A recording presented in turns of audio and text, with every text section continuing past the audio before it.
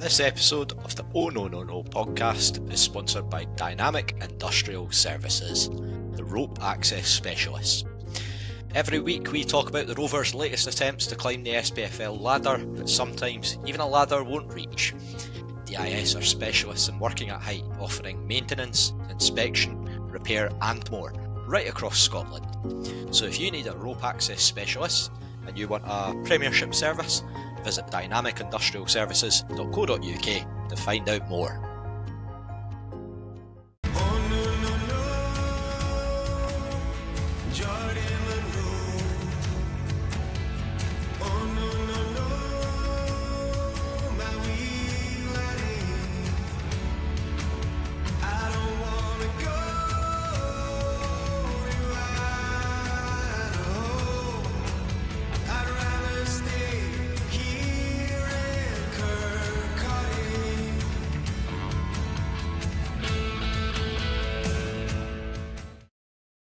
After a long, hard season characterised by very tight games where you couldn't get a fag paper between the sides, the Rovers' regular league season came to an end on Friday night in a game that went very much against type. Arbroath, a side who gave the Rovers more bother than they did to the rest of the league combined this year, were firmly and finally consigned to League One with a 5-0 thumping in a one-sided game that saw the Rovers' forward line getting into the groove for the playoffs, with doubles from Callum and Vaughan, and a cherry on the top from Jack Hamill. This is the Oh No No No podcast. My name is Duncan Cameron, and today I am delighted to be in the company of Leslie Maybon. First of all, how are you, Les? Smoked kippers, outdoor swimming pools, signed toilet seats, hospital field, arts residency. Your boys took one hell of a beating. Can you hear me, DeVito's nightclub? We've got Robbie Weir as well. How are you, Robbie? Yeah, I thoroughly enjoyed the dispatching of that rabble from Arbroath. That was very fun. Excellent. And we've also got the long-awaited return of the housewife's favourite, Blair Hopcroft. How are you, mate? I'm good, mate. Yeah, delighted to be back, and delighted that the only people that actually mentioned me in my absence were middle-aged men, so I'm not sure I'm quite the housewife's favourite anymore. Listen, you take what you can get.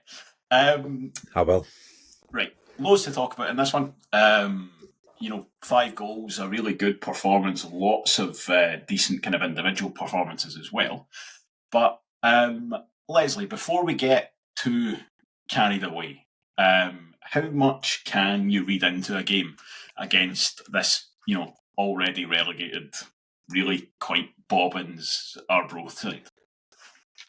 I was in two minds about this. I mean, I think on one hand, absolutely, you can only beat what's put in front of you. But at the same time, it kind of felt a bit for me like, you sometimes get in the League Cup, you'll be up against, and I want to be very careful how I phrase this because I don't want to be too disrespectful to Arbroath, but it felt a bit like one of those games where you've got a kind of lower end of League One or a League Two side. We're maybe already through, they're maybe already out. It's not a non-competitive game, it's not a friendly, but at the same time, both teams have got their eyes on things that are coming up in the future. And, we'll talk about some of the really good performances, but, we've all seen that enough down the years that we have a League Cup game or something, or a Challenge Cup game, and we've got players in positions and they look really good, and we think we might be onto something here, and then we go and get hosed in the next seriously competitive game by somebody else. So I would just have that health warning just to say, let's remember it's the end of the season. We don't quite know what's going through the Arbroath players' minds and the things like that, but nonetheless, it's a fabulous way to go into the playoffs. Yeah, absolutely. It's definitely what you would want from a game like that. But yeah, it felt to me a little bit like the sort of the early rounds of the Challenge Cup when you get a team comes up from Wales, and it's not, sometimes they make it to like the semi-final or TNS made it to the final and they're taking it quite seriously. But in the early rounds, they're quite clearly just like, why are we here? like 90% focused on their night out and 10% like, oh, we need to have a run around in, somewhere in Scotland first.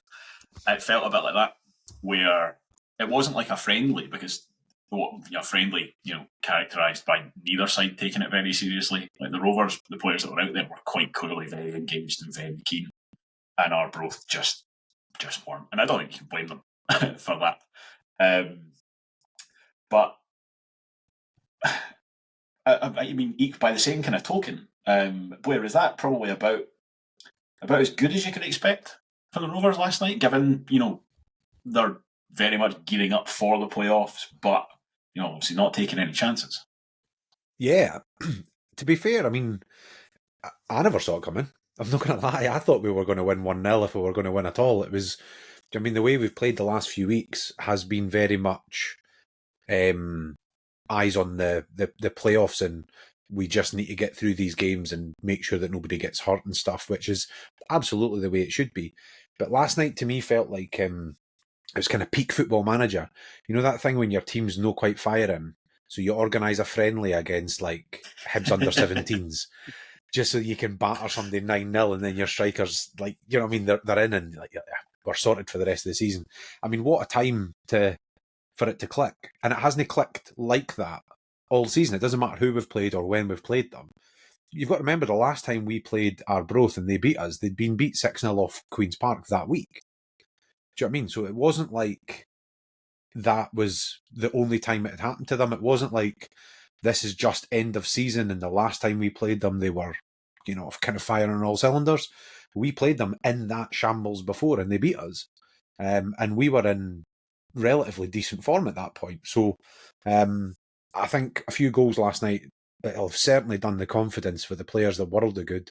Another clean sheet will have done the defence the world of good. And some more minutes and some legs does everybody the world of good. So it was kind of all round. It was, you could not have asked, other than the obvious Dylan Corr injury, I don't think you could have asked for anything better last night than what we got. I was reading that Ray stats saying it was first time since 2010. September 2010 was the last time we've kept 4 clean sheets on the bounce. Mm-hmm. Yeah, we've barely bothered our arse playing any defenders.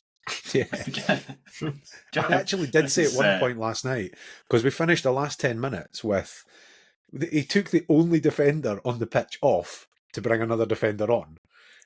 So we ended up the 2 centre midfielders at centre half. We had 1 right back and a midfielder at left back. And I was like, 15 minutes to go. If we don't concede in the next 15 minutes, we might never concede ever again. Like, it is palpable now that we have now conceded our last ever goal. I think so. I think it's the they say attack is the best form of defence. It's not midfield is the best form of defence. Just keep going with that. I think that Ross Matthews in particular, I don't know how often Ross Matthews has ever considered that he might pop up at centre half in his career. But clean sheets are clean sheets. Indeed. The old goals against per 90 ticked up a little bit,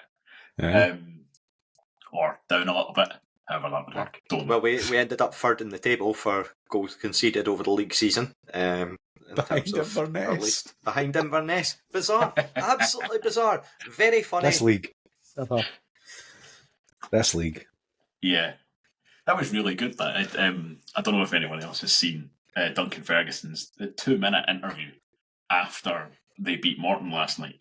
And he just, for some reason, mentions the game against us a couple of weeks back 3 separate times to say, if we'd won that, we'd be 5th. Raith Rovers on a Friday night. Yeah, just he keeps saying it as if it's like a game that they forfeited because they played an ineligible player or something. Or somebody broke into the Caledonian Stadium and like shoplifted 3 points from them or something. Like it's really weird that he keeps saying it as if everyone's going to be like, you know what, Duncan, you're right. You should be 5th. You go up to 5th. It'll be fine. It's even more enjoyable as well, the fact that when he first went to Cali and he had a strong start and he gets on Radio Scotland, and he's basically saying, if you could play for me Folsom Prison Blues by Johnny Cash as my song of choice because I bumped into someone at Ibrox. Fucking bump yourself down to League One, you prick. Like, fuck off. See, what I love most about that is he's going to be now going on for the rest of his career, despite all the things he's done, the fact that Ancelotti could have taken him to Real Madrid, he's going to be going on about how he got relegated because Kevin Dabrowski played a blinder at the Caledonian Stadium. To quote the big man himself, I'm in your head, man. Good. Just get down, really. Not just down, into obscurity and into administration and gone forever. Yeah, there's some real... I was going to say troubling rumours. Oh, not that trouble. Real trouble, I think, going on up there. But then equally, some of the rumours about the amount of money he's being paid. It's Yeah, outrageous. I was going to say Not that. even He must just- be on decent money. It's the usual, I mean, obviously it's totally unsubstantiated rumours, but it's like a director is paying his wages directly kind of Yeah. stuff, and like thousands of pounds, obviously, it's just make up a Yeah. figure, and it's as likely to be accurate as not. But just like, why have you done that with him? Like, Totally. by all means, if you're worried that you might get relegated and you want to go and bring in a kind of marquee manager and pay out of pocket to get him, like, that's fine. That seems like as legitimate as anything else people who own football clubs do. But get a good one. Like, get a manager who is good and has a track record and didn't just relegate Forest Green Rovers. One win in 18. See, before we get back to actually talking about Raith Rovers Football Club, because we've kind of merged into a discussion Loads of time about for a that. game that happened way up north, but also very, very funny to see Robbie Muirhead get sent off for berating a referee, Morton's second red card, or an 111th or something stupid like that, yellow card of the season, gets sent off, sticks the middle finger up to a Cali fan, and then also kicks an advertising board as well. So You know, I think that takes I'd some- love to know about Big Dunk as well. I'd love to know, like, his weekly schedule. Like, you know, in like a kind of if they did one of these Welcome to Wrexham type documentaries, because he's got this thing, I don't know what it's called, you know, like where you message a celebrity and they do a message for you and Cameo. wish your pal happy cameo. He's got one of these, right? And I keep seeing them pop up, and I'm not sure how kind of new they are, or how they always seem to be in the same house. Now, from what I'm led to believe, he lives in like Merseyside.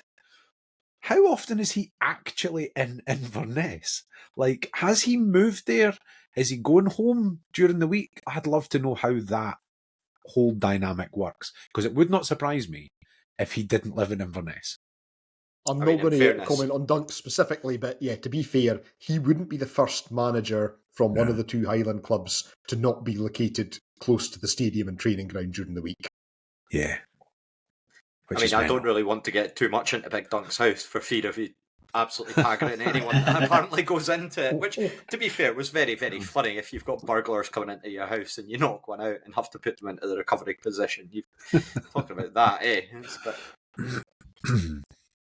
I don't know Anybody why he's who was doing- listening would have just heard a guy in an Inverness accent talking about Duncan Ferguson for 5 minutes. This is not the Wyness Shuffle. This is the No podcast, and we are here to talk about Raith Rovers Football Club. So do not worry, right enough. the downloads have not gone wrong. We'll come back to it. I was going to get into Morton's 200 yellow cards over the last 2 seasons, but we'll leave that for another time, another podcast. Just misunderstood. Aye, not big or bad. Quite bad. No, they are bad. Yeah, definitely bad. Yeah. Anyway, back to the football. Last night's football specifically. We'll just jump straight through. We'll just go through the goals, to be fair, and anything else that came up around them will come through. But that, I don't think there was necessarily.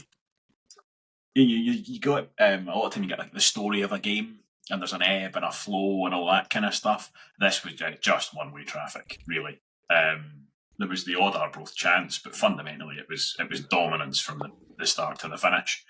And there are a couple of chances kind of early on for the Rovers, but it just felt like from kick-off a goal was coming, and it was going to come, one way or another, from just the space and the running and the chances that the Rovers were going to get. When it does come, it's really, really lovely football. It's a big switch from Scott Brown, pinpoint, and a great little touch from Kyle Turner, who I think we're going to talk about a lot over the course of this podcast. Kyle Turner was excellent, by far and away his best game in a Rovers jersey. Yeah, very good. As far as I'm concerned. And just as he did all afternoon, or all evening, keeps committing that right back who has no idea if he's going to go inside or outside. And I think the big thing is he kept just going outside, and that was where the problem was. The guy just was not prepared to deal with it. So he does. He takes him in close, goes outside, lovely little zipped ball in the middle, and Callum Smith, sort of the outside of his foot, turns that in. Scott Fleming, outrageously last night, trying to claim that was an own goal. Robbie, for a second, are you going to try and take that off Callum Smith? No, absolutely not. Well done, brilliant finish from Callum Smith. What a ball across from Scott Brown though, to get out to cut over to Turner. Absolutely delicious first touch. Brings it in, cuts in, and then just to fire it across, and really presence of mind. It reminded me slightly of Ruddin's goal against Dundee United in the first half, where it's just a zip ball across, and he just gets in front of his man and pokes it home. We're a bunch of dweebs on this podcast that love our early 2000s games. To chuck in a reference there with the Championship Manager 0102 references, he was playing like Belarusian forward Maxim Sigalko there with a 10 rating, 2 goals and 1 assist, and just you expect him to end up playing 600 games and getting 1,000 career goals based off that performance. He was just absolutely unplayable, Callum Smith, but I'm sure we'll cover the rest of that over the course. Yeah, I definitely mean because he had other chances in that game as well, like and not that he was wasteful by any means, but like he forced a couple of saves and I really shows what he can do, Callum Smith, in games like that. And obviously, I think the big thing has been that he's been in and out the team, and we talked about it a couple of weeks ago, that he's popped up in a lot of different places. But he's got so much quality, Callum Smith. I've said before, I'm a huge fan of him, and delighted to see him get a couple of goals last night. So Leslie, there was that one, and then very quickly after that, Callum Smith gets his second goal as well. So this one, it's kind of Scott McGill who picks it up. There's a little bit from Lewis Vaughan, and then a finish from Callum Smith. Was that the pick of the bunch, do you think? I think it probably was, just for what Louis Vaughan did more than anything else. Just an outrageous little bit of skill to take that round the keeper and roll it across for Callum Smith to get a tap in. Now, there's a phrase that it's maybe not just my dad, but like dads across the board probably use when it gets to the end of the season, which is the boys are just going through the motions. And certainly the Arbroath number 16, who was strolling back to watch this happen from about 15 metres away, he was definitely going through the motions. But let's take nothing away from the quality of the footwork from Lewis Vaughan to roll that round Boric and just slide it across, taking out a potentially second-best defender in the Championship, Ricky Little, out of play there. For Callum Smith to just stroke it home. But no, absolutely outrageous skill from Lewis Vaughan. Great to see him out there just having fun and showing us what he can do.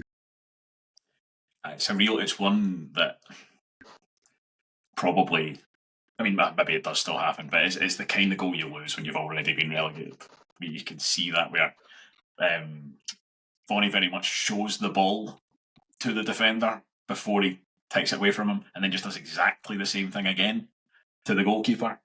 When are we going to talk about the goalkeeper? Are we saving that for later? Because I've plenty to say about him. You can come in on the goalkeeper. They finally decided to play this goalkeeper against us. Didn't they play their good goalkeeper like they did in all the other games? He is rotten. Oh my God. So I was kind of having a look at it, and we did that whole thing last night of Boric. He must be a relation to Arthur Boric. And I was like, maybe it's his son. He's about the right age, but I believe it's his cousin. My favourite bit was how he went apoplectic about that second goal at the defenders for not defending. Like, he took the ball round you as well, mate. Like, he literally just skipped the ball past the goalkeeper, who was all at sixes and sevens, had no idea what was going on. I mean, Callum Smith will not get an easier goal his entire life. Like, that was just rolled on a plate to him and an empty net in front of him. But Max Boric, so then the conversation then goes on. I was like, he's on loan, where's he on loan from? Hibs. I'm like, right, so Hibs let one Polish goalie go to sign another Polish goalie in his place, and that's the replacement. I have joked all season that Big Kev is no-footed. Oh my God, if he's no-footed, then Max Boric is like negatively two-footed. It was, honestly, such a weird performance from a goalkeeper who was so angry and so kind of petulant throughout the whole game about so many different little things. I mean, at one point he had Vaughan in a headlock.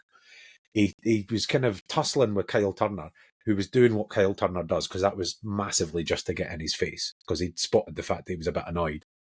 But yeah, Boric, wow. How's he... I mean, Duncan, you and I are on the same page on this with the whole Gaston thing, but why on earth would you not play Derek Gaston ahead of him? It is absolutely beyond me. Like, Derek Gaston must be the least... this sounds really harsh, I don't mean it the way it sounds. The least aesthetically pleasing goalkeeper in terms 100%. of... He looks like one of the crash test dummies. Like he's got like almost lifelike articulating limbs. But keeps goal quite well and keeps the score down, which is fundamentally is his job. Like I read a little bit. Arbroath fans on Robbie, but basically what they were saying is like Max Boric has been making lots of saves, almost with like he gets like a little bit of credit. And like, but he's conceded 5 goals in 3 of his last 4 games. Like, there's more to the Roy Keane clip of, but that's your job. Like, yeah, that is literally your job. Like, it's also only part of your job. Like, there's a lot more to it. Like, if your goalkeeper makes 5 saves, but has also conceded 5 goals, that's much worse than if you've got Derek Gaston and like, all right, you concede 3. But, like, he's commanded his box better and he's not spilled stuff back into the middle and all this other stuff. And then, listen, I don't see Arbroath every week. No. Like, thank God. But that seems wild to me. That you've got, like, Derek Gaston. I think another one is in the same kind of category. Mark Ridgers. Yes. Mark Ridgers is never going to win any awards for anything. No. Ever. Like, he's just not. He's not a type of guy. Steady Eddie, though. Exactly. If you're just in the championship, he's the guy that you're like, he's never going to be your biggest problem. Like, if you look Cali Thistle, right, you finish 9th, I tell you, your biggest problem is as a manager. But then, what else you're like, oh, you've got 700 defenders and you've got 1 striker and you're playing him in midfield and all this. You're never going to get to the point where you're like, oh, what we need to do is bring in a teenager instead of the goalie. Yeah. And why Arbroath have done it, I've got no idea. They almost certainly still have got relegated playing Gaston every week, but I don't think they'd have been conceding 5 and 6 all the time as well. That seems wild to me, and I think that's the one thing I've seen. Max Boric. The one thing Arbroath have had throughout this whole spell that they've been up in this league, and Les, well, not the one thing, because Les always jokes about the fact they've had the same strip for the entire time as well, which is true, but they've had this consistency thing. They've had basically the same back 4. They've had basically the same goalkeeper. So those relationships are built up over years. They've had midfielders that have kind of stuck with them throughout all of this period. And it just seems to me that McIntyre's come in and has they're going down. They were going down anyway, to be fair. And I think it was a bit of a poison chalice for McIntyre to take on anyway. I don't think it's necessarily on him. But it's like, he's gone in and he's just decided... It reminds me a wee bit like Yogi Hughes. It's like he's gone in and he just went, well, I know better than all of you, so I'm just going to change it for the sake of changing it because I'm in charge. And why on earth you would take Gaston out of that team when he's been by far and away the most consistent part-time goalie in Scotland for a long time? And I don't like the guy at all. Like, drives me bananas. The way he kicks a football makes me feel physically sick. But he is a really consistent goalkeeper. And Boric is, I don't know what the question is, but Boric is not the answer. I mean, that's it. You could see Gaston if he's released by Arbroath. He'll pop up at somewhere like Brechin or somewhere like Forfar, and he'll have a very good few years left. He's the Davy McGunn for the 2020s. Yeah. I think that's a really kind of apt comparison.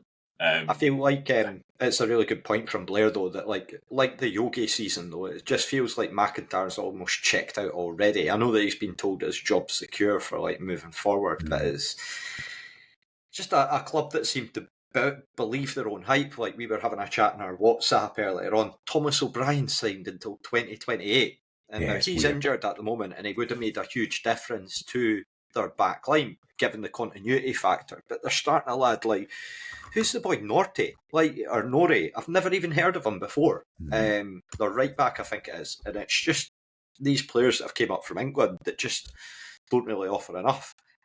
Quite happy to see the back at Arbroath, to be honest, just because we've never really had an issue getting points off them, but just this season for what they've done and just how they are. I mean, they had Jermaine Hilton, who, I mean, there was actually rumours of him coming to us at one point, around about Christmas time. I thought he was decent, to be fair. He played for Motherwell before and stuff, played at a decent level. He left them at Christmas, has not signed for anyone. Is he not? I checked last night, he's playing in Lithuania, I think. Oh, is he? I did. I was going to say, I'd had a look before. I checked this, so let me check again. I'll make sure I'm not giving you false information Who on does air. he think he is? Callum Elliott? Yeah. I think that, to be fair to Jess Norrie, whoever he is, I think he's a midfielder, and he was signed as a midfielder and played right back last night. So give him a little bit of He's a very angry wee for man. having a horrible. I mean, listen, a lot of right backs wouldn't have had a fun time against Kyle Turner the way he was playing last night. Jess Norrie's not a right back, not had a fun time. Just to interject, it is true. Yes. It is true. Just fact checked, Jermaine Hilton is now playing for Kauno Zalgiris in the Lithuanian top flight. Fair play. I mean, but that, even having lost Jermaine Hilton, Jay Bird had a decent season up front. Leighton McIntosh is never going to tear up trees, but he's decent enough. You'd think, you could see a team finishing 8th with him in there. But I just think, as you say, it was a bit of a poison chalice, Jim McIntyre going in there. But he needed a reaction in his first 5 games. And then after that, he's just been... that's just a case of working your ticket until you get relegated. Like, there's just not any alternative to that. Well, the other thing I want to say, actually, just while we're talking kind of generally about Arbroath, full credit to everybody that came down the road for that last night, because there is zero reason to do so. I mean, fundamentally, other than, a certain... saying goodbye, basically, to certain players. A certain shade of mental illness that, frankly, I think most of us are afflicted with as well. There is no reason to come down to Kirkcaldy from Arbroath on a Friday night to watch a team that have checked out get relegated. So, as I say, full credit to each and every one of them.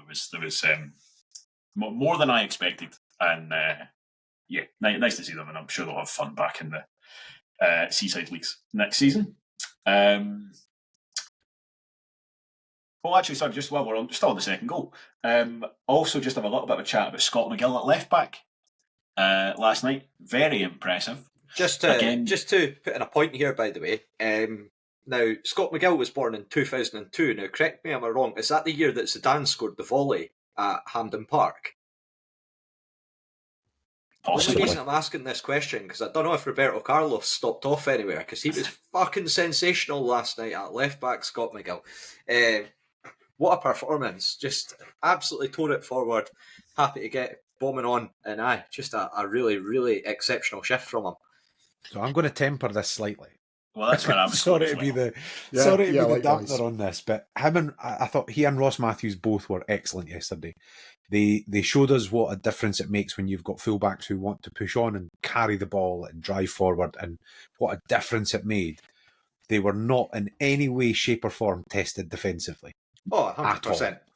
And the one time, I will admit, that Scott McGill was tested in the first half was the chance that McIntosh had, that he kind of fired across the goal. And I did think that McGill could have done better. To be fair, I thought he was kind of at 6s and 7s defensively a wee bit. He is, to be fair, he did have a very good game. I'm genuinely not trying to take it away from him, but I do think we need to just kind of temper it slightly. He's off to the Euros. Can't he wait? Buzzing. Get him on the plane. But that's more or less when I was going as well, was to say that I thought he was brilliant. I thought he was what last night called for. Mm-hmm.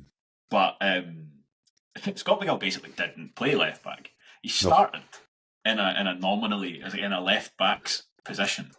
Anytime he got the ball, he was just like, right away, just headed for the penalty spot, an Exocet missile, just straight away. Because that's where the second goal comes from. where the ball drops to, inexplicably, the boy Gold just headers the ball to him in the middle of the park. And he doesn't even think. He just, as it lands at his feet, he just nutmegs somebody for a laugh and then just goes running. It just heads busy, just straight for the penalty spot and slips Vaughan in. And he just did that all night, and it was brilliant because that's the last thing that a team that's checked out, and that's just not what you want, is effectively, because he was just playing as an extra midfielder and just running through, and I say coupling that with Kyle Turner being quite happy going either way when he took on the boy who was playing at right back. Just a torrid time. I thought really full credit to Scott McGill, because as always he's been asked just to play wherever. I think we found out on, was it Thursday maybe, or possibly earlier on Friday, that the Courier had that there was 5 players who wouldn't feature and that Liam Dick was one of them.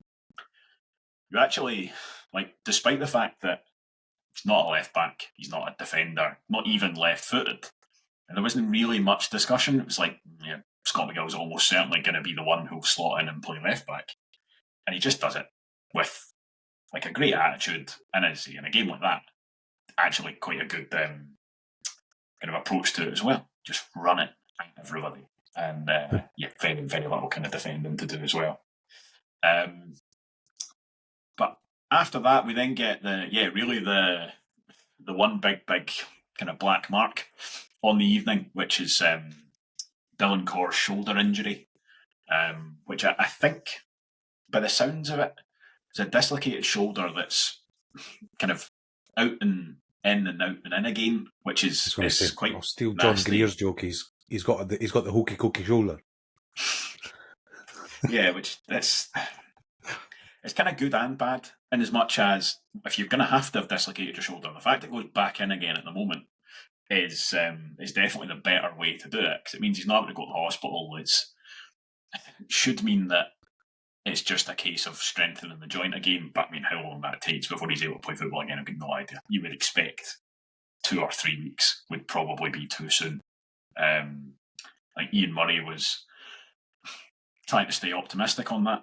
He has seen it in the past where guys are ready to go again pretty quickly, but I've dislocated my shoulder a few times, and then I wouldn't be keen on full contact football within a fortnight of having done it. It might just be a case of pain management, though. There's sometimes that thing with only 2 weeks left. Do you know what I mean? He might be able to get through it with the right kind of pain management. So you might find he's still available in some way, shape, or form for the playoffs. But I wouldn't have thought he would be a favourite to start anyway in the playoffs. They've been trying to get him minutes, but from my thinking, it was more a kind of as a fallback. Yeah, I think for whatever reason, Keith Watson obviously was rested for that game yesterday as well. Even before that injury, I wouldn't have put an awful lot of your money on Dylan Corr starting the first playoff game. But Leslie, over these last few games when Dylan Corr has been playing, relatively impressed with how he's been getting on? Absolutely. I mean, the first thing I did just notice is that is, I think, the 5th time, and possibly more, that we have lost a centre-back in service during a league game this season. So Keith Watson has gone off twice. Lee Ashcroft clearly went down. Ewan Murray had to go off after taking one in the dish. And now Dylan Corr has gone down as well. So it's at least 5 league games this season where we have lost a centre-back in the middle of a game, which is really not ideal. And even there was a Challenge Cup game where we only got 45 minutes out of Adam Masson as well. So, Graham's going to be delighted that Liam Dick is our only defender pretty much, and Callum Hannah, who've not been taken out of play with an injury during a good game. I think that's one of these things that happens. But on Dylan Corr, no, I've been impressed, and I think he's grown in confidence. I think, like Blair says, it's more the fact that we've got a backup, and that if Watson or Murray isn't available, that we're not having to take Scott Brown out the midfield. I can't remember how many times I've said that this season about not taking Scott Brown out the midfield, but having Corr available is, it just means that we don't have to do that. And I suppose the one positive thing is, we don't actually officially know what his contractual situation is for next season, but after the Inverness game, it sounded very much like he's going to be kept on. I mean, we'll believe it when we see it, but it sounded like they're saying he's going to be here next season. And even if we don't have him for the playoffs, we're going into next season then with Dylan Corr having had about a dozen games under his belt. And it's a very different situation to coming into this season where he was completely untested and we would have been relying on him with virtually nothing. We've got a guy coming in who's got that experience, so that, again, we've got another player who's able to step in that is not Scott Brown. So, no, I've been very, very happy just seeing his confidence grown over the last few games, and I'm just really gutted for the guy that he may be sidelined for a bit, and I hope he isn't. Yeah, I agree. Sorry, Robbie, on you. Think as well, like, from Dylan Corr's perspective, it must be frustrating. And he'll not want to be going into these playoffs with this hanging over him. Just like if you're in that position where you're out of contract in the summer, you don't know what your picture's going to be like, and we don't know what the discussions will have been like, or whether any discussions will have taken place at all. You're not going to be like wanting to have this hanging over you. And as well, he might feel that elsewhere that he's got opportunities to be able to potentially get more game time. He might look at his situation and sort of feel rightfully a bit frustrated about the fact that he's not had the full time to play that he might feel he could have over the second half of the season. I think he's put in a really good shift over the last few weeks, but it'll be interesting to see how it plays out and where things go for him. But yeah, disappointing, and you wish him a speedy recovery because it's never nice to see. So hopefully he'll be back playing soon. Yeah, I said something very similar, Les, to what you were saying there last night, saying my mate of the game. Like, from the Rovers' point of view, from Ian Murray's point of view, I think it makes perfect sense to try and keep Dylan Corr on. As much as he's not had a huge amount of game time this year, he hasn't looked out of place when he has. He's looked like what he is, which is a player with, relatively little first team experience. But he's getting that experience now. And fundamentally, if you were to decide to let him go, all you're going to have to do is find someone else in the same profile, basically. Another young centre-half to come in and be that sort of backup option. And where you've no guarantee it's going to be somebody who's better. And I'm almost certainly not just going to have less experience. So I think if he's not around next season, I would assume it'll be because he's decided that actually he's not had enough game time. He doesn't think he's got a prospect of enough game time next year, and he would have to step away, presumably down a level or two, to try and get more football. And I say, personally, I hope he doesn't. I hope he stays. I hope he gets more game time with us. Yeah, I've been pretty impressed with what I've seen from him, and it's a shame more than anything that he's not at this time. Obviously, had that injury right at the start of the season, which really curtailed time he was getting, and then it looks like this, I would suspect, will keep him out of the playoffs. But hopefully it doesn't. Hopefully he is able to play a part. But that was the only kind of downside to last night. So to get back to some of the fun stuff, we've got the third goal, and it's Scott McGill and Kyle Turner combining again, or Scott McGill, Kyle Turner and Jess Norrie combining again, really. Robbie, this one again, it's Turner's kind of willingness to go outside again that really kind of brings this one in. Any questions at all about the penalty decision in this one? Or possibly more pertinently, who should take the penalty? No and no. For me, on both of those. So if Kyle Turner's done really well, got into the box and just taken him on, and again, that right back's not knowing whether he's coming or going, and just sticks a leg out and just catches him. There wasn't any hesitation from Scott Lambie to give it, and I think that it was pretty clear cut one for me. Maybe Turner's reaction embellished it slightly, but overall I felt that it was a penalty. I can understand why people are maybe a bit frustrated, sort of saying, well, Callum Smith, he's got 2 goals, give him the ball, get him a hat-trick, but look, it was quite clearly fine with Lewis Vaughan taking the penalty. There wasn't any disputes on the pitch about it, really, to any great degree. There was a bit of discussion, Kyle Turner and Lewis Vaughan, but look, I think that it would have been nice to see Callum Smith get a hat-trick, but at the same time, Lewis Vaughan is going for Player of the Year, and you want to get everyone fully scoring, fully firing before these playoffs coming up. So, yeah, good penalty by Louis as well. Right into the corner. Keeper goes the same way both times, but still doesn't get a chance on it. And yeah, that really, after that, you felt like, okay, we've kind of moved up a gear now. Arbroath had a bit of a chance with we mentioned earlier on about that Leighton McIntosh shot that went just wide of the post. But after that, you were like, right, they're done. There's no way that they're coming back from this one this time around, which was really good to see. So yeah, very, very happy with that one to see it hit the back of the net. I think Callum Smith, someone somewhere, I can't remember where I saw it last night, someone quoted Callum Smith when he was in the hospitality afterwards.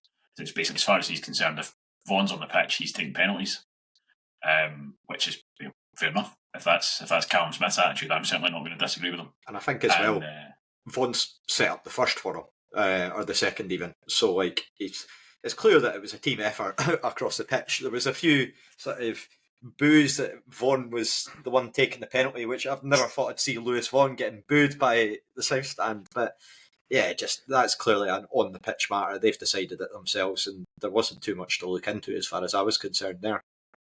The other thing to just remember as well is we've been 2-0 up against Arbroath on 2 other occasions this season and have not gone on to win either of those games. So, you know, if Smith had taken it and missed it and they'd run down the other end and scored, then it would have been a very different game. So I think with that in mind, having your designated penalty taker and top scorer taking it just makes a lot of sense. And there was, like you say, there was clearly no bad blood on the pitch about it.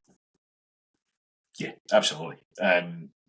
There's a couple of chances.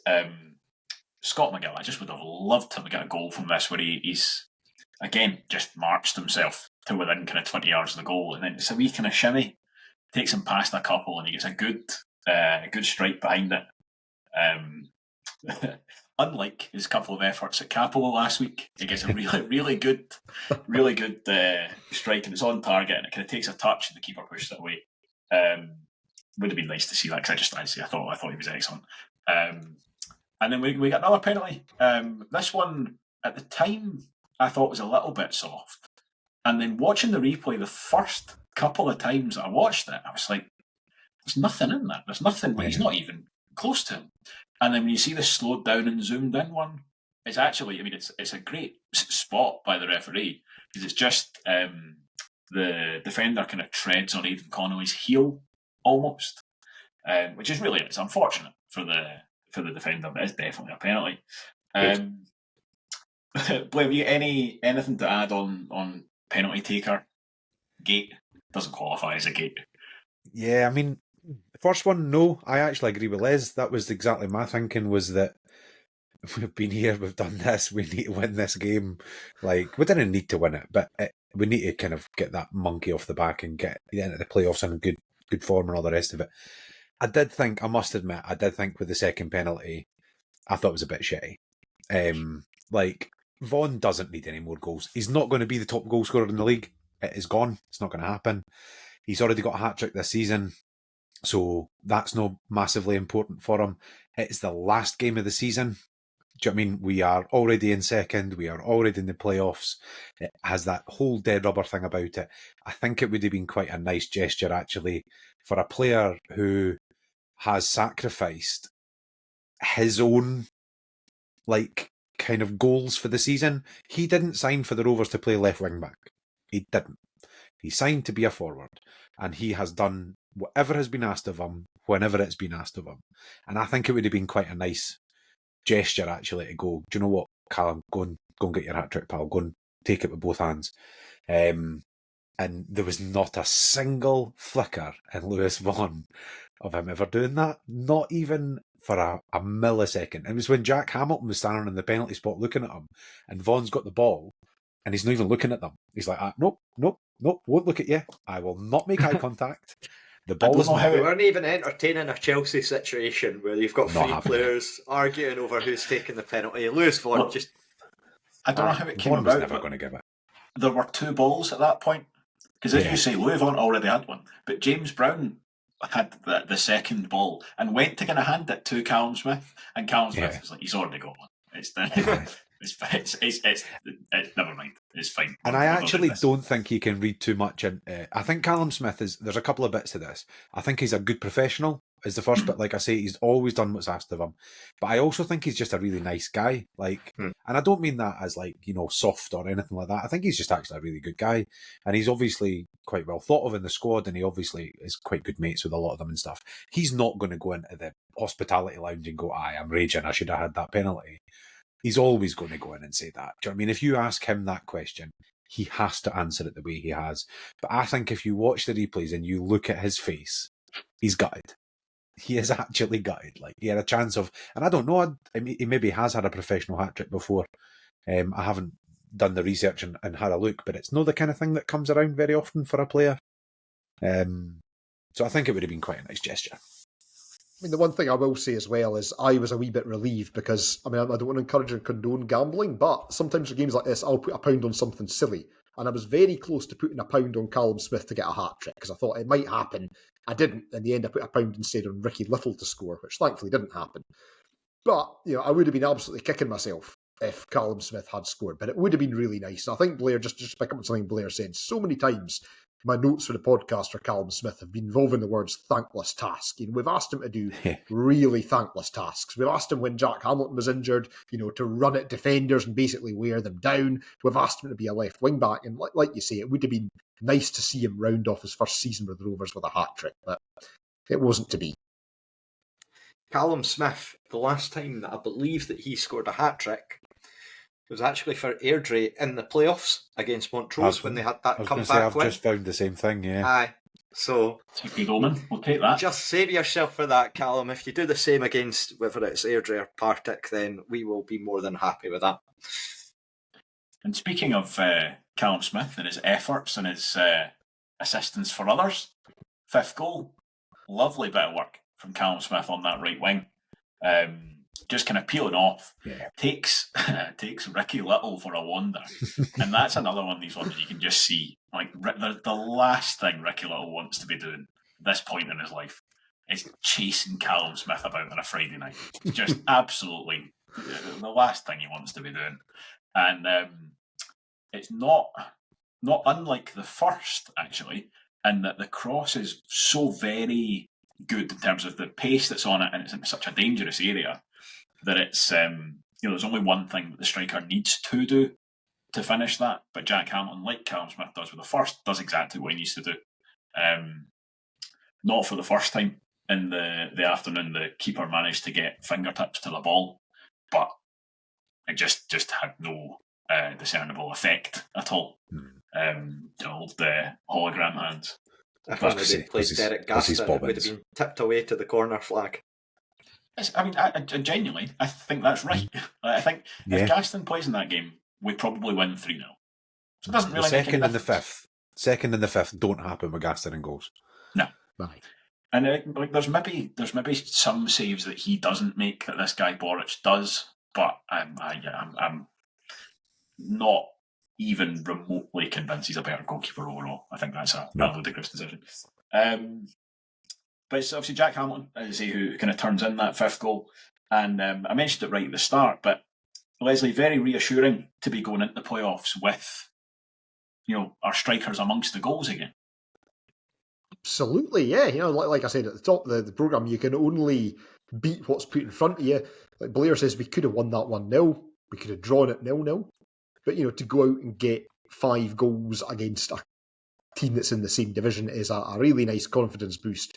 Good to see Jack Hamilton especially back among the goals. He's had a pretty dry spell, but also good to see Jack Hamilton getting a goal from where you'd expect your centre forward to be, in the box, close to the goal. Having endured many years of Jamie Gullen in the left wing and Ethan Varian doing brilliant stuff and Matty Platnick running about, but to actually have a centre forward where you'd expect him to be and burying something like that is, I think, really good. For a really good omen, hopefully, for the playoffs. I said that at half-time as well. I think Jack Hamilton would have been raging sitting on the bench. He's watching Callum Smith scoring 2 absolute sitters, like 2 goals that are not quite... I mean, the first one's not quite laid on a plate for him, but it's in a really good area, just has to get a touch on it. And then the second one's absolutely laid on a plate for him. I think Jack Hamilton's on the bench going, why have I not had this all season? Like, I can do that too. I mean, the average distance from goal last night. Bear in mind, 2 of them were penalties. Must still be about 7 yards. Yeah, totally. Just, it's like Gary Lineker scored 48 goals for England, and the average distance was like 7.5 yards. So that's what you want. That's what your striker should be doing. And right Wouldn't into he get that, a game for Morton though? Doesn't he get enough yellow cards? I Yeah, think you're it's spot good as on. well after Hamilton, just because he had the 1-on-1, which didn't quite work out. It's just good to see him bury that chance. And again, you take any bits of confidence that you can get going into the playoffs. Now, I know a lot of the narrative before was, what our job Rhys McCabe's doing, look at the run of the form, they're going to be the team to watch in the playoffs, and then it turned to Partick pump them, and look at Partick, they've done this to Airdrie, they're going to be the team to watch in the playoffs. Nobody mentions Raith Rovers, but we're actually the form team going into the playoffs based on the last 5 games. We've got, 2 wins, 1 loss, and the rest being draws, but it's how things change so quickly, but nobody will mention it, just because it's us. Good. Exactly. Fly under the radar, that's what we want. I think just a last point on Jack Hamilton. A lot of credit for that. The one-on-one that he kind of creates for himself. Mm-hmm. That's not an easy chance by any means at Not at all. all. I mean, it's obviously the finish. The keeper does well to kind of just smother it and get on top of it. But I don't think a lot of strikers actually get to that point. It's his movement, his physicality is really, really good to kind of make that chance out of was actually very little to begin with. But to kind of round us off on the game, so we're running quite long, but I'm having good fun just going off on 10-minute It's a Saturday afternoon with no football. We've Body got fuck all else to do. What else are you going to do? Man of the match. I think there's a lot of contenders for this. You could really make a really solid case for a few different people. But Robbie, we'll start with you. Who would you pick above all others from that one last night? Stats wise, I would go with Callum Smith, just because 2 goals and an assist, and just really a stellar performance from him. Does tremendously well. A lot of work, a lot of effort that gets put in to get back among the goals as well. Going into the playoffs is what you wanted for that. So yeah, very, very good performance. I think you really can't do man of the match as well without giving that honourable shout to Kyle Turner, because that was just absolutely exceptional performance. As you said, best performance from him in a Rovers shirt. But across the piece, everyone was at it. Everyone was superb. There wasn't a bad performance in there from a Rovers player. Not that I would be overly critical anyway, because I'm not that type of person. So, it seems funny in a game where you've got 5 goals, but I would have gone Kyle Turner, who didn't score any of them. But creates one, scores a penalty for the other. He's involved all the time. I just thought that was, as I said at the beginning, by far and away, I think the best performance we've seen from him. That was very much the Kyle Turner that I think we all knew was in there. When we're getting him, you think that's the Kyle Turner I've seen before. And again, there is a kind of caveat there that you're not going to get that disengaged a right back every week, but you can only beat what's in front of you, and he beat him time and time again. The guy had a torrid time. I thought Kyle Turner was absolutely brilliant. He would have been my pick for man of the match. Same. Leslie, we'll come to you if you're saying the same then. No, just I'm. To be fair, I've not got very much to add because I think you've hit the nail on the head. I thought he was. I know Robbie's kind of bigged him up quite a lot, and quite rightly so. I thought he was very good. I know I've not been on for a few weeks. I thought he was very good against Partick as well in the game. Against them, I thought he was quite assured and quite confident on the ball. I like his attitude. I like his kind of. He's a nasty wee bugger at times, and he's got an attitude. Yeah, he's good with the ball, and he keeps others accountable. And yeah, I must admit, I do. It's taken him a wee while to get going, but what a time to have a player like him coming to form. Yeah, I mean, I wouldn't have thought about playing him left wing. No, it wouldn't really have occurred to me. I would have said you really want to play him as a kind of central number 10, or maybe not at all, really. But I'd have absolutely no qualms about doing it again. I haven't seen that last night. Leslie, man of the match for you? I'm just going to be the other one. It's going to be the man with the number 18 whose shirt is hanging over my shoulder, Kyle Turner. I mean, I think the issue we had with Kyle Turner, and a lot of people, in the forums are like, oh, is it hard to see the point in signing him? But if you cast your mind back, when we brought him in, there was that Airdrie game where we'd lost 1-0 when Sam Stanton was injured and Kyle Turner was in the stand. And that's when the wheels were in motion. And at that point, we didn't know how long Sam Stanton was going to be out for. And at that point, Kyle Turner, you're like, this is a brilliant signing. He's going to come and fill in where Stanton was. Stanton then, which is also brilliant news, made a very quick recovery and was straight back for the Dundee United game with the kind of time of the year. We had a long pause without games. And we're in a situation where Kyle Turner was had been brought in, the position he'd been brought into play had been filled, and he was coming into a team that were also low on confidence. So it's taken a wee while, but the Partick game, I also think actually the second half of the Airdrie game, although things didn't work out very well for us, seeing him pinging balls about, seeing that confidence and that swagger, he's been very unfortunate that every position that he's good at is filled by somebody else. And I was thinking last night, okay, it's not going to be the same if he's up against Megwar, McMillan, but, if Dylan Easton's not available for some reason, Turner out on the left is maybe not a bad option, especially if he's coming in with a rich vein of form. And let's remember as well, Kyle Turner got to the very final of the playoffs last season. So he's got that experience. He's been there. He's got through the playoffs. So what a time to have Kyle Turner coming into form. Absolutely. Also, just a wee word as well for Scott McGill. Maybe not man of the match, but again, great to see a performance from him. It's like, as we say, it's like the Pro Evo thing where you're desperately trying to get one player to score, no matter what position they're in. So the ball gets to them, and then you're just like hitting R1 to sprint for a penalty spot. So yeah, good to see Scott McGill. I think there's a really good championship player in there. Whoever he develops that with, but nice to see him have a good game too. Yeah, I think we worked out last night. Scott McGill's played everywhere except in goal and up front for us this season, which frankly feels like an oversight. He should have had 5 minutes up top at some point. Last night especially would have been nice to see, but there's still time. Still got at least 2 more games for Scott McGill to complete the set. Right, I think that'll do us for last night. That was good fun. Both watching it last night and talking about it there.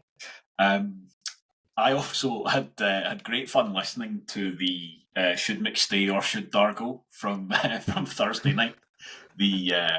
I've never heard such audible smugness in my entire life as Robbie really milked it. Did incredibly well, to be fair. That's when he said it's a tough game. I'm like, aye, away.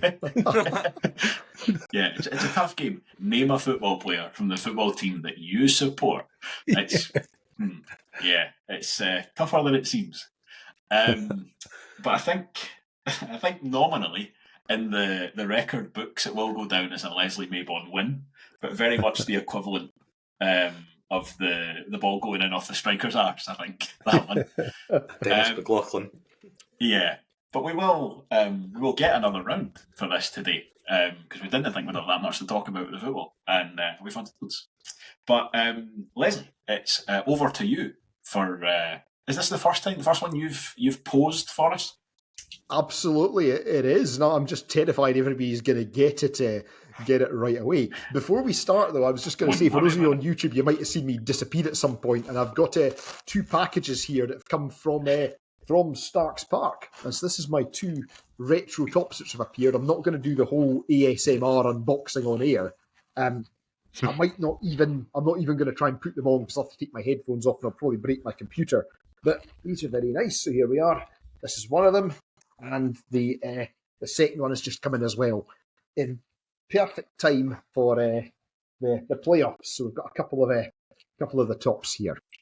But I'm not even going to try and put them on because I'm going to cause chaos if I do. So, great. Hinting heavily towards redoing that tartan strip, please. That would be lovely. Yep. It's got to be next on the list. Seeing a really bold move, can I guess who it is before I even get a clue? Didn't let him, because it's terrifying, mate. Incredible hubris. Right, here we go. Timmy Abraham. basically every episode I think I've listened to, it's been Les's first guess. Pretty much in every one it's been Timmy Abraham. So I'm going to go Timmy Abraham right off the bat. Right, so I've put Frank, that down me, from right? Blair hopped up. Does anybody else really want to stick their neck out and have a guess before we even have a clue zero? I mean, I'm very tempted to say Eddie Malone, but no, it's fine. I'll wait until we've got clues. Fine, in that case, we'll go with Willis Furtado. Okay. And Duncan, I'll put you down for Eddie Malone just on the off I'll chance take it Eddie is Malone, Eddie Malone. just on the off chance. This is like when you get free sign-ups for gambling websites, that's like a free £10 bet. That's basically just what we've done. Totally. Nothing to lose. Right, okay, so the clues begin. Clue 1. I am a midfielder. Ah, come on. I'm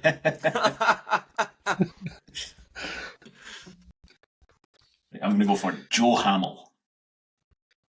Okay. Ben Williamson. I'll go for Mark Ferry. Okay. Cracking. Clue 2. I have 3 league goals for Raith Rovers, which came 3 years apart between the first and the last. I'm going to stick with Joe Hamill. I don't think he was 3 seasons. I would have guessed maybe only 1 or 2, but I'll stick with him for now.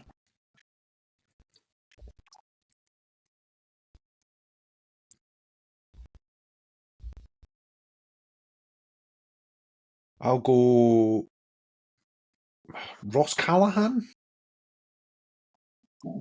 Okay. Didn't he score many? I think more than 3 though. I'll go with Ross Matthews. Okay. I think Callahan's a really good shout though. Clue 3. Throughout my career, I have played for 2 teams that were in this season's Scottish Premier League and 2 teams that were in this season's English Premier League. Oh, it's not Ross Callahan. No Ross Matthews. So 2 from this season's Scottish Premier League, 2 from this season's English Premier League. That's right. Colin Cameron. Okay. He must have scored more than 3 goals. He's got more than 3 goals. I'll use that as my guess because English Premier League.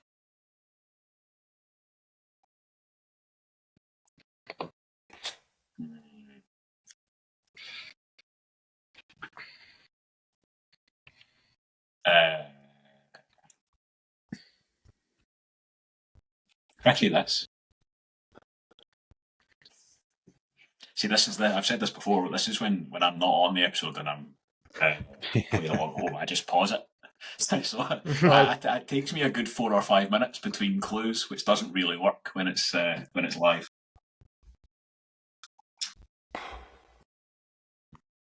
I'm just gonna stick with Joe Hamill. Maybe a bigger career than I remember. Yeah, I'm gonna skip this one. That's thrown me for a loop.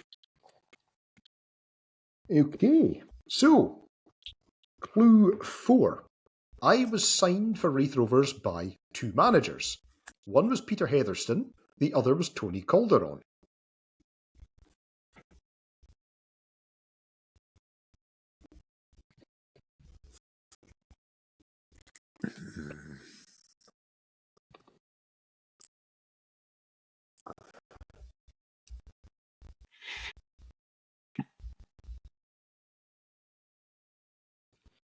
Right, so it's a midfielder. What was the second clue, Leslie?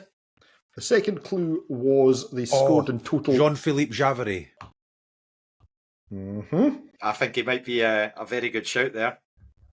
I'm sure he's played for Sheffield United. And maybe Brentford? He played for another English club, but they weren't very good at the time. Mind you, I don't think he's played in the Scottish Premier League, is he? It would just be 2 teams that are now in the Premier League. But Oh yeah. No, but What was sorry? no What like was Hamilton and Partick and stuff up here. Question 2. Question 2 was, I've scored 3 league goals for Raith Rovers. The first and last of these 3 goals came 3 years apart. Yeah, he never played that long. This is an absolute belter, by the way, Leslie. Like, a serious belter. It's worth just saying for context, I had to Greer-proof the clues. We did expect John Greer to be on today, so I was out my cycle and we tightened up the difficulty a bit. Well, it wasn't Colin Cameron anyway, let's put it that way. So I'm happy to skip this one and move on to question 5 when the other guys are ready. I'm not going to Yeah. Right, I think this is where we may get some movement. Clue 5. I have both played for and managed Raith Rovers. Ray McKinnon. That's it. Aye, Ray McKinnon it'll be. It's the only midfielder I can think that's managed us. Grant Murray was a defender. Duncan, are you going to... He played about the time of Heatherstone. It must be. Who did he play for in the Premier League, though? Nottingham Forest. Oh, yeah. Because he was there under Brian Clough. And That's right. who else is there in the Premier League? It'll be somebody crap. Brentford or a Luton or somebody like that. Brighton maybe. or something like that. Aye, I think it's Ray McKinnon. But again, Blair to bow down to Blair's superior knowledge there. To be fair, it was the manager and midfielder. Yeah. Was the only thing. Yeah, I'm happy to go with that. Aye. Okay, and for anybody listening at home, clue 6. Despite some great results as Raith Rovers manager, which led to many exciting things happening in the media, my most famous appearance in the media was on the front page of the Greenock Telegraph, where I featured as a cutout mask after betraying my team and moving to somewhere else. Brilliant. Well done, Blair. That's so very fair play. well done. No Congratulations, opportunity Blair. for my smugness today. Delighted with that. The wording was a So- wee bit sneaky. So Nottingham Forest were in the Premier when he played for them. Luton were not in the Premier when he played with them. Right. Was it Luton? Was that the It was second Luton. team? Yeah, Aye. it was Luton. Yeah. And he really Very didn't play many impressive. games for us. They were far apart, and It's like I said though a few episodes ago, it is like Countdown where you're showing you're working and you're going through it in your head. Very Totally. funny. I think it's been a great addition to the podcast, by the way, Blair. So Absolutely. it's been a really good shout. It's good fun. Aye, good fun. laugh. I'd like to see contestants on Countdown just start naming 9-letter words before they've seen the letters. Aye, that's true. It would have been a belter if it had Oh, been. the man, that would have been so funny. Aye, we'll see if anybody if we keep going long enough. I think there's a sort of infinite monkeys, infinite typewriters dynamic. Yeah. There's only Yeah. so many Rovers players. If we just keep going indefinitely, eventually, like Goran Stanic. Yes. It's going to be Eddie Malone eventually, isn't it? I was very That's tempted to go with Willis Furtado for last week, but I was like, nah, better not, because someone will do it just off the cuff, like straight away. Yeah. Don't know enough things about Willis Furtado other than his Kinder Bueno addiction. Very, very funny, that. Very funny. Right. Listen, couple of last things before we finish up for today. I'm sure everybody is very well aware of David Latto, whose excellent version of Geordie Monroe we have stolen with permission as the theme music for the podcast. David's 2023 EP Dream Logic, I noticed this week, is now available as a CD. So Spotify's all well and good, but it is nice to own actual physical objects sometimes.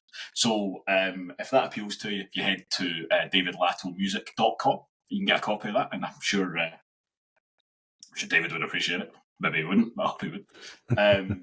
But it is, the EP is excellent, as I say. Very well worth a listen. Also, the weirdos among you who've been watching on YouTube still fundamentally disagree with the choices.